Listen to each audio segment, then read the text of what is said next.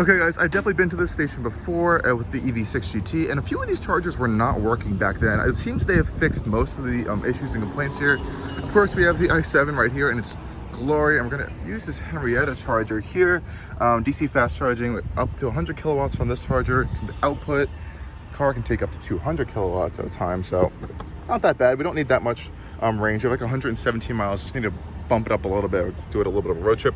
I really like this port installation, or like the cover installation here, because you can just close this and it won't let you close it because it knows these are open. You just close them shut really easy. I like this little quick access for them, and instead of having to like pump in and out those little rubber stoppers, I like this little integration. You also have this light right here that will indicate whether it's connecting, it's charging, and the battery status and stuff. So that's a really cool little feature as well. And of course, inside, once we plug it in, I'll show you all the charging information that pops up on the display. But let's plug this i7 in. Okay guys, we had a successful connection. As you can see with this blue light right here, that means it is definitely charging. We come over to the charging screen over on Henrietta on this EVgo charger. See, we are ramping up our charge right now. We're pulling around 76 kilowatts, almost at the max of this 100 kilowatts. Pretty cool. And we're just gonna charge a little bit. We're 40% state of charge right now, so I don't need too much. I just need a little bit of a bump to get up to this destination we are driving up to today, especially for some filming. But I'll let you guys know if there's any issues with this, and let's go take a look on the interior so I can show you guys what the information you'll see here on the i7 of these automatic doors. They're a little bit finicky to kind of work with at first, but when they do work, it's pretty easy. Inside, you get a lot of nice information as well.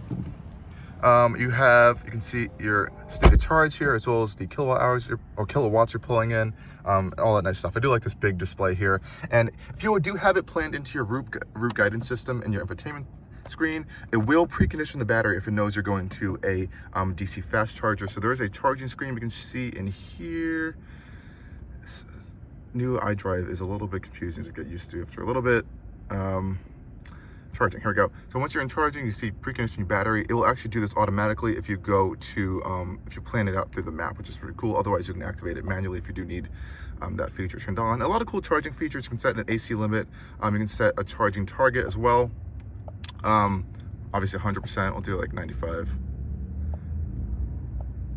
90%. 85%, we are going on a road trip today. Charging mode immediately. So there's a lot of nice little features here. With your charging. I wish there was a little bit more of a better like efficiency display in this side on the infotainment screen. I haven't been able to find that personally. I could just be not looking in the right spaces, but that would be nice. Other than that, no big complaints with the i7 at all. And I will let you guys know how this charging session goes. Okay guys, we're all done charging now. I gotta head out on my trip now. Let's press stop charging, go home. Oh, this panel is not working right now. There we go. Stop charging. We're at 64% state of charge. We've delivered 25.3 kilowatt hours. Pretty cool. Let's end this charging session. We've only been here for 20 minutes too, so pretty quick charging times. Let's end session. Make sure it stops there. You can hear the clicks going off. This thing's ready to be unlocked. I hope it is. Just unlock the i7.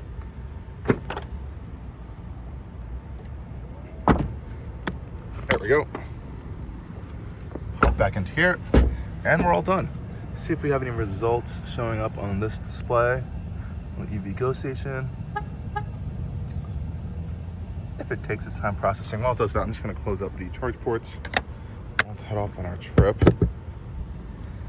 But I always like to see a little bit of some additional information. Okay, so it's not going to show us on there, but I will put over a screenshot for you guys to check that out. And if we go inside,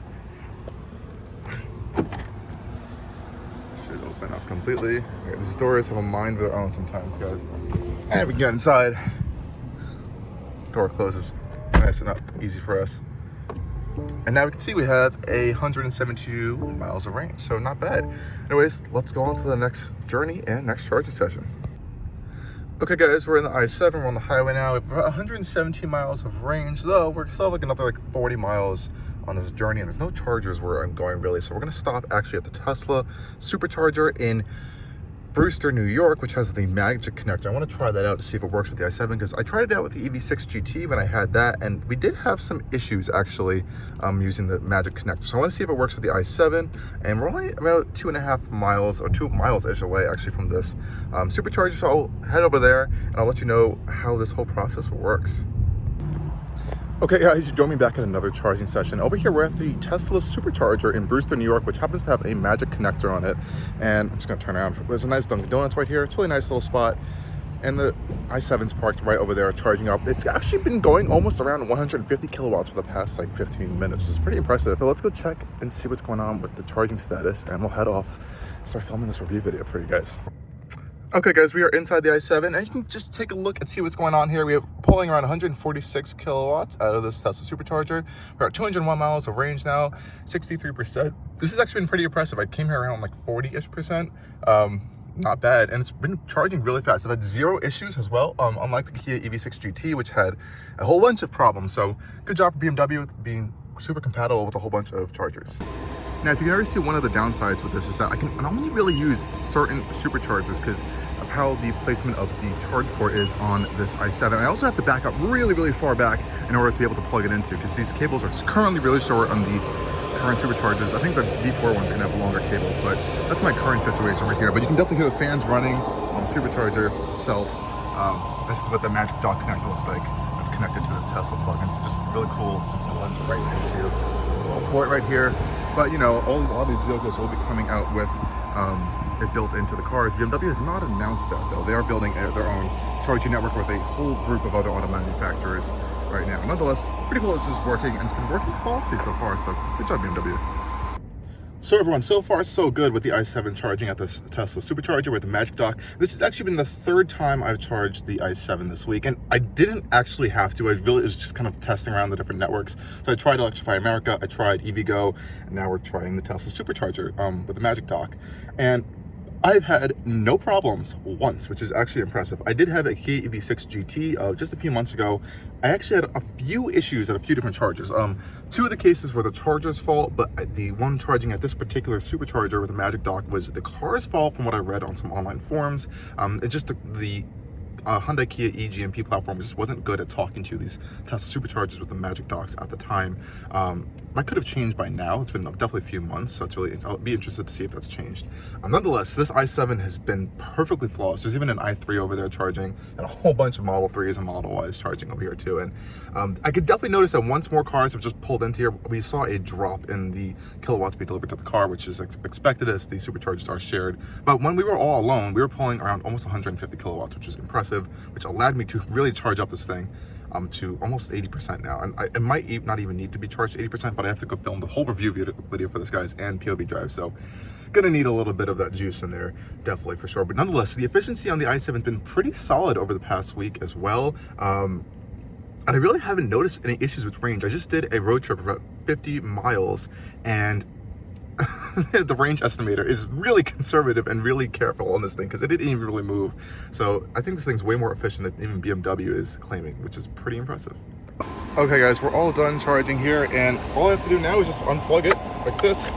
It's unlocked here. I can pop it right back into the supercharger. And they even have the instructions here on the QR code, which is pretty cool. And that's it.